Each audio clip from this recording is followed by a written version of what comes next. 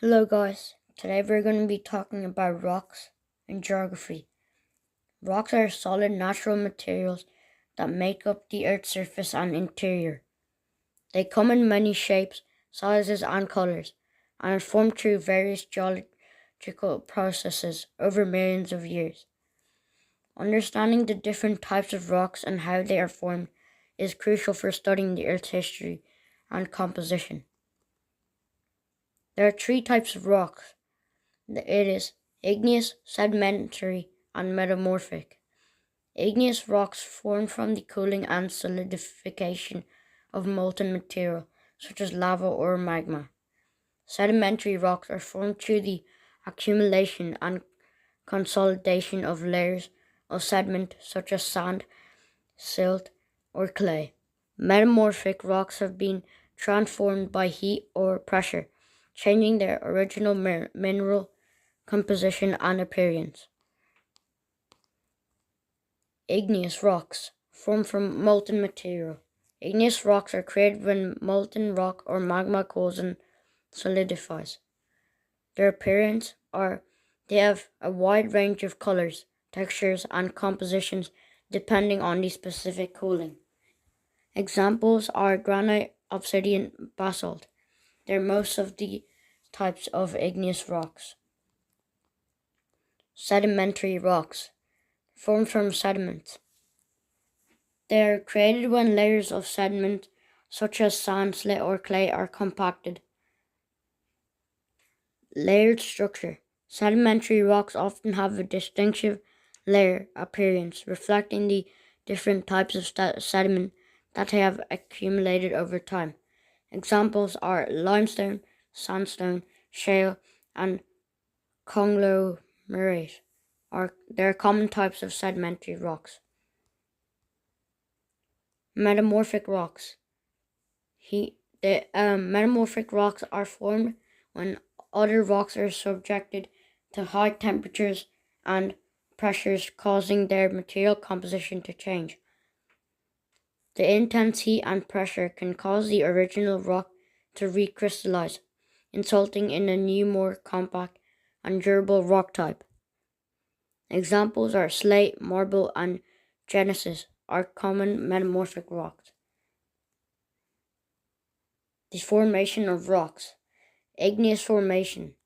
Igneous rocks are formed when molten rock, or known as magma, cools and solidifies either underground or the Earth's surface. Sedimentary formation. Sedimentary rocks are formed when sediments, sand or silt, or clay are compacted and cemented together over time. Metamorphic formation. Metamorphic rocks are formed when existing rocks are subjected to high heat or pressure, causing their mineral composition to change. The rock cycle. Igneous rocks can be weathered and eroded, forming sediments that can then be compacted into sedimentary rocks. Sedimentary rocks can be subjected to heat and pressure, transforming them into metamorphic rocks. Metamorphic rocks can be melted by intense heat, forming magma that can then cool and solidify into igneous rocks. The uses of rocks.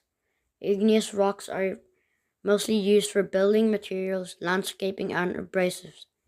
Sedimentary rocks are mostly used for construction, agriculture, and fossil fuels. Metamorphic rocks are mostly used for monuments, sculptures, and roofing materials. Rocks have a wide variety of practical applications in our everyday lives, from construction materials to energy sources. Understanding the unique properties and uses of different rock types is important for many industries and scientific fields. The introduction to earthquakes. Earthquakes are powerful and natural phenomena caused by the sudden release of energy deep within the Earth's crust. They can have devastating effects, triggering tsunamis, landslides, and building collapses. Understanding the science between earthquakes is crucial for disaster preparedness and mitigation. Causes of earthquakes. Earthquakes are primarily caused by the shifting and colliding of tectonic plates, the large pieces that made up the Earth's surface. Volcanic activity. Volcanic eruptions and the movement of magma can also trigger seismic activity and cause earthquakes. Human activity. In some cases, human activities like drilling, mining, and reservoir filling can induce small earthquakes. Measuring earthquake magnitude. Richter scale. A Richter scale is a logarithmic scale used to measure the magnitude of earthquake. It ranges from 1 to 10, with each unit increase representing a tenfold increase in Earth's earthquake strength.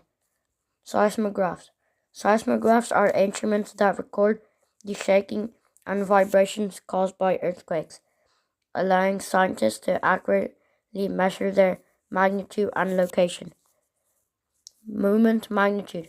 The moment magnitude scale is a more recent and accurate way to measure earthquake energy release, providing a more reliable assessment of an earthquake strength. How to reduce earthquake damage.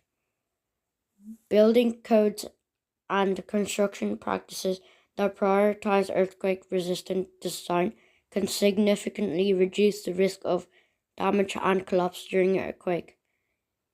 Prepare and plan. Individuals, communities, and governments should have comprehensive emergency plans and disaster preparedness measures in place to respond effectively to earthquakes. Early warning systems.